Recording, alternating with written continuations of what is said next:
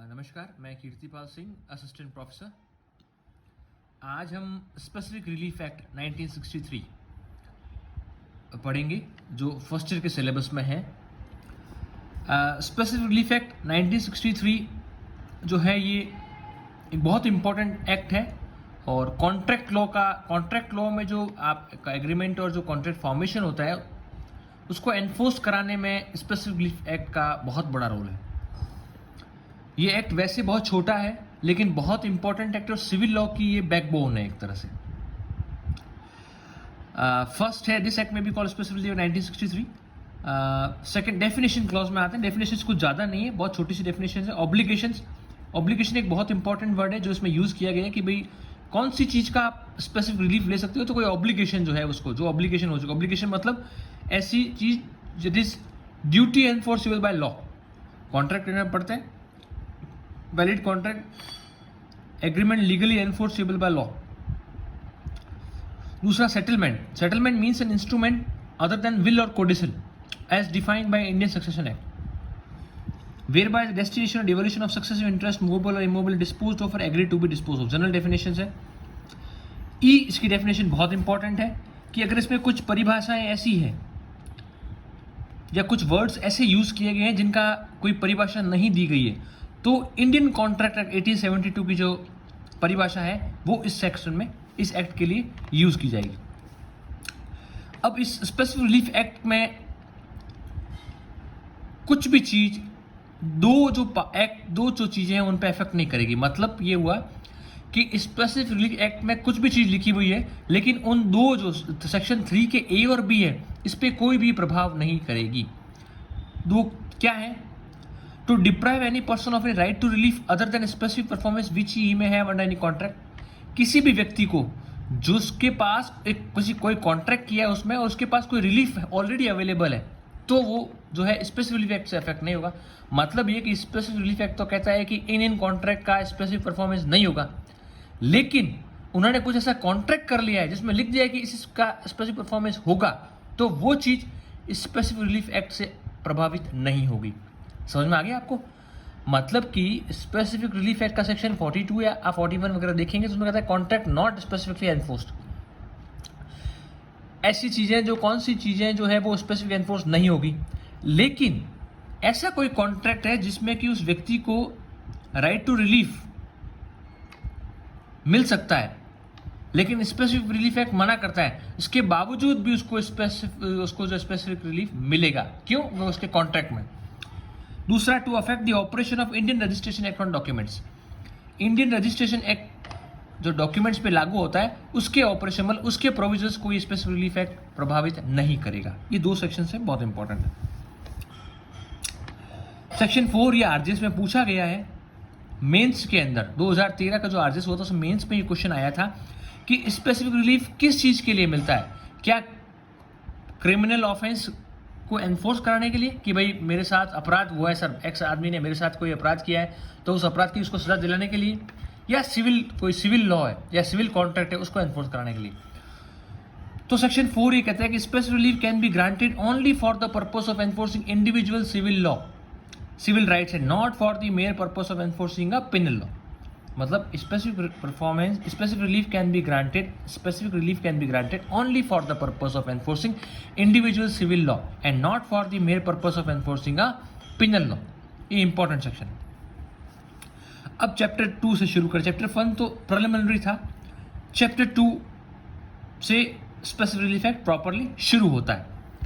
Recovery of possession of property, कुछ इसमें sections 5 और 6 तो हैं आपके इमूवेबल प्रॉपर्टी से और 7 और 8 स्पेसिफिकली वो मूवेबल प्रॉपर्टी का है। सेक्शन 5 क्या कहता है? Recovery of specific immovable property. A person entitled to the possession of a specific movable property may recover it in a manner provided by the Code of Civil Procedure. Recovery of movable property कैसे होगी? वैसे ही होगी जैसे CPC के अंदर उसको recovery करने की जो शक्तियां दे रखी है वो। मतलब किसी व्यक्ति को स्पेसिफिक इमूवेबल प्रॉपर्टी रिकवर करनी है, जैसे किसी ने कब्जे में ले ली है तो उसका मैनर वही होगा जो सीपीसी का हो, सीपीसी में जो दे रखा है। Section 6 suit by person dispossessed of immovable property. If any person is dispossessed without his consent of immovable property otherwise than in due course of law, he or any person through whom he has been in possession or any person claiming through him, ये जो through whom, ये जो ये वाला part है ये बाद में जोड़ा गया है, बहुत इंपॉर्टेंट है. ये भी आरजेएस के अंदर क्वेश्चन आया हुआ है कि suit by person dispossessed of immovable property, अगर किसी व्यक्ति को इमूवेबल प्रॉपर्टी से डिस्पोजेस कर दिया गया otherwise in due course of law, मतलब बिना लीगल कोई कानूनी कार्रवाई करते हुए किसी व्यक्ति को अगर आपने किसी मकान से बेदखल कर दिया तो उसका क्या प्रोसेस रहेगा. ये कह रहा है if any person is dispossessed without his consent of immovable property otherwise then in due course of law. दोनों चीजें हैं, उसकी कंसेंट कई बार नहीं होती लेकिन ड्यू कोर्स ऑफ लॉ, जैसे कोई किराएदार है इलीगल तरीके से, मतलब इलीगल मतलब कि उसकी जो लीज थी वो पूरी हो गई, इसके बावजूद वो रह रहा है, तो उस केस में क्या होगा कि वो उसकी क्या कहते हैं कंसेंट तो नहीं है लेकिन ड्यू कोर्स ऑफ लॉ से उसको एविकेट करना पड़ेगा. तो दोनों चीजें, उसकी कंसेंट भी नहीं है और ड्यू कोर्स ऑफ लॉ भी नहीं है. मतलब वो तो कहेगा साहब कंसेंट तो मेरी नहीं है, लेकिन वो क्या मकान मालिक कहेगा साहब मैं तो कानून की सहायता से इसको कानून में मैं तो जीता हूँ केस फिर हटा रहा हूँ, तो उसको सेक्शन 6 के लाभ नहीं मिला. किसको? किराएदार को, जिस वो मकान में इलीगल रह रहा है, उसकी कंसेंट भी नहीं हो और ड्यू कोर्स ऑफ लॉ को फॉलो नहीं किया होगा. तो ही मतलब जिस व्यक्ति को मकान से या इमूवेबल प्रॉपर्टी से हटाया गया, he or any person through whom he has been in possession, या किसी और व्यक्ति के थ्रू वो पोजेशन में था, और any person claiming through whom या उसके उत्तराधिकारी may by suit recover possession thereof notwithstanding any other title that may be set up in the suit. वो जो है वो रिकवर कर सकते हैं पोजेशन देयर ऑफ नॉटविथस्टैंडिंग कि कोई और व्यक्ति वहां पे टाइटल सेटअप कर सके, वो अलग चीज है, लेकिन वो रिकवर एक बार के लिए वो व्यक्ति उसको रिकवर कर सकता है पोजेशन को. लेकिन किन दो परिस्थितियों में वो रिकवर नहीं कर सकता? इवन दो वो बिना कंसेंट से है और ड्यू कोर्स ऑफ लॉ को फॉलो नहीं किया गया, उसके बावजूद भी इन दो परिस्थितियों में उसको निकाला वो केस नहीं कर सकता सेक्शन 6 में. कौन? After the expiry of 6 months from the date of dispossession, उसको जिस दिन डिस्पोजेस किया उसके 6 महीने के बाद वो कोई भी सूट नहीं ला सकता. दूसरा, सूट अगेंस्ट गवर्नमेंट, अगर गवर्नमेंट ने उसको वैकेट किया है तो भी वो गवर्नमेंट के अगेंस्ट भी सूट नहीं ला सकता. तीसरा, no appeal shall lie from an order or decree passed in any suit instituted under this section, nor shall any review of any such order or decree be allowed.